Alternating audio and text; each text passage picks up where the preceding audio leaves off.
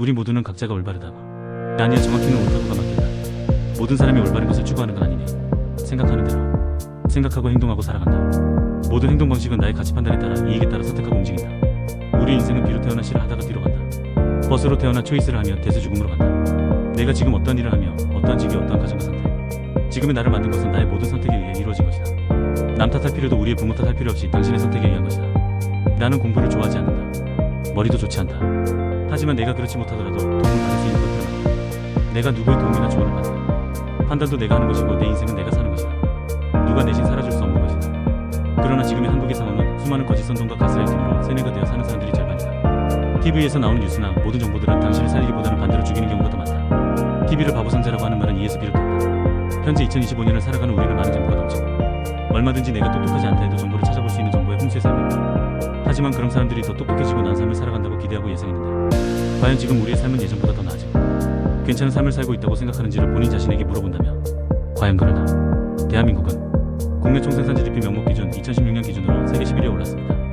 국내 총생산 GDP 구매력 판가 PPP 기준 2016년 기준으로 세계 13위를 차지했습니다. 수출 규모 2014년 기준으로 세계 5위에 위치했습니다. 수입 규모 2014년 기준으로 세계 7위를 기록했습니다. 세계 경제 포럼 WF 글로벌 경쟁력 지수 2019년 기준으로 141개국 중 13위를 차지했습니다.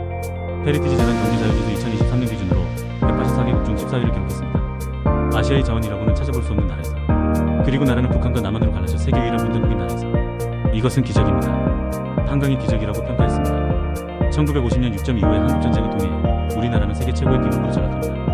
한국 80% 이상이 폐허로 변해버렸고 가족들은 뿔뿔이 흩어졌으며 전쟁으로 죽은 사람들은 널려 있었으며 한국은 세계에서 가장 가난한 나라 중 하나. 1950년대 초 전쟁으로 인해 한국은 1인당 GDP가 67달러 수준으로 세계 최빈국이었으며 외국 언론에서도 이를 강조하는 기사들이 많았습니다.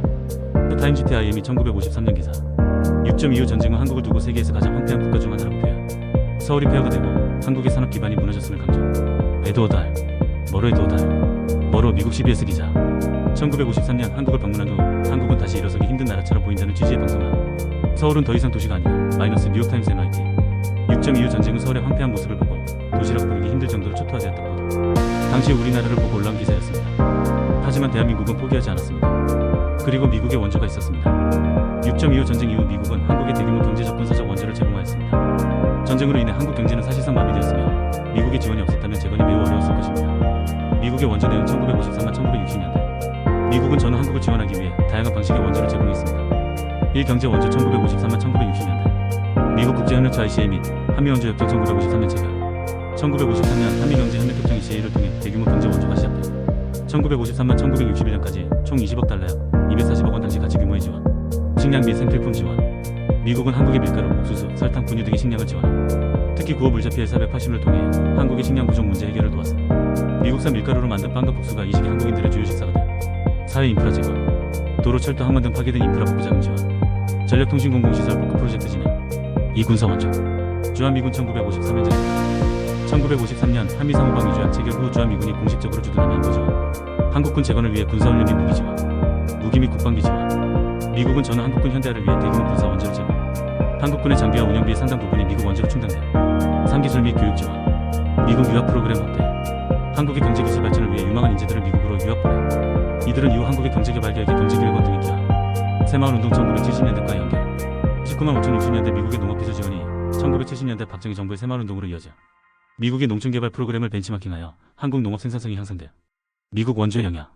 한국이 전후 폐허에서 빠르게 회복하는 데 결정적인 역할. 1960년대 이후 경제개발 5개 날. 계획 1960 이후로 한국이 자립경제로 전환하는 기반 마련.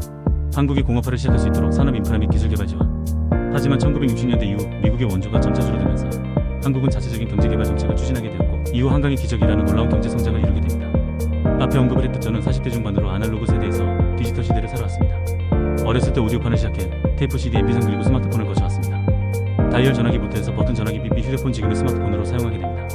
우리나라 발전을 눈으로 막고 살아온 세대입니다. 그러나 아이러니하게도 40-50대가 가장 세뇌되었고 지금까지의 자유민주주의 경제체제를 잘 누리고 살아온 사람들이 자유민주주의를 부정하거나 인정하지 않는 사람들이 많습니다. 영화 국제시장을 보면 잘 나와 있습니다. 독일 건부와 간호사를 일을 하면서 외화를 벌어들였고 중동의 건설 현장에 투입되어 외화벌이라 베트남 전쟁에 투입돼서 우리나라 발전에 기여합니다. 베트남전 참전이 한국 경제 발전에 미친 영향. 1. 외화 획득 및 경제 성장 기회 제공. 미국은 한국군의 참전 대가로 군사 지원금 전제 특수가 경제 원조를 제공했습니다. 미국이 한국 군주들 비용을 부담했으며 전투수단과 군납물자 대금으로 한국 정부와 기업의 외화가 유입되었습니다. 1965만 1972년 동안 한국이 베트남전 참전으로 벌어들인 외화는 약 10억 달러, 당시 대한민국 전체 연간 수출액을 뛰어넘는 규모였습니다. 이 외화는 산업화와 경제개발의 중요한 밑거름이 되었습니다. 한국 기업들의 해외 진출 기회 확보. 베트남전에 따라 건설, 물류, 제조업 등 한국 기업이 미국의 지원을 받아 베트남에서 사업을 진행할 수 있었습니다.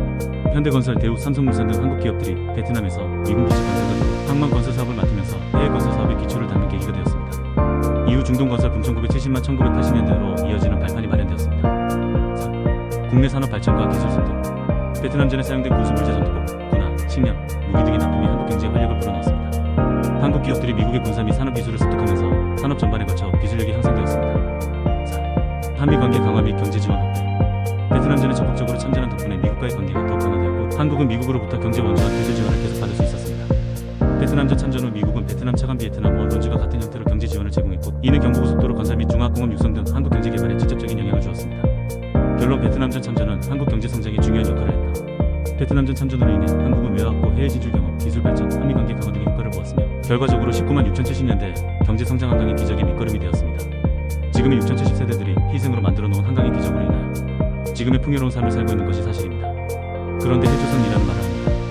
그럼 당신은 해조선이 되지 않기 위해 나라를 위해 무엇을 해보았나? 우리는 지금의 대한민국이 있기까지 헌신한 60, 70, 80, 90세대에게 감사해야 합니다. 그리고 지금의 위기도 극복할 수 있습니다. 우리는 그럴 만한 저력이 있는 나라이고 국민이고 지금의 문제보다 더 최악의 문제들조차 잘 극복을 해왔습니다. 2032 깨어났으니 너무나도 감사하고 기쁜 일입니다. 우리는 지금까지 그래왔듯이 지금의 상황도 극복할 것입니다. 제2의 홍콩처럼 중국이 넘어갈 일은 없을 겁니다. 지금은 힘을 합쳐 나라를 살릴 때입니다. 해조선이라며 불평불만만 하고 징징댈 때가 아닙니다. 제 블로그 글을 영상으로 옮긴 겁니다.